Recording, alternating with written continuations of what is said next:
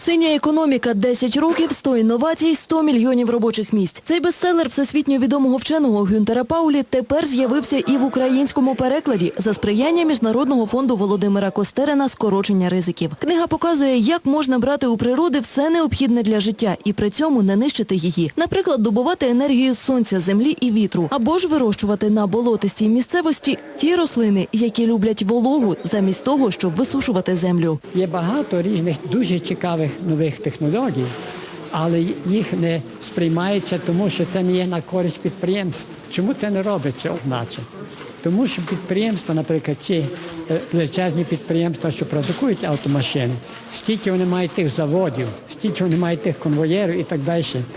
Їм переходити на цей зовсім інший процес, знаєте, ризикована частина, і тому і в них є певна інерція.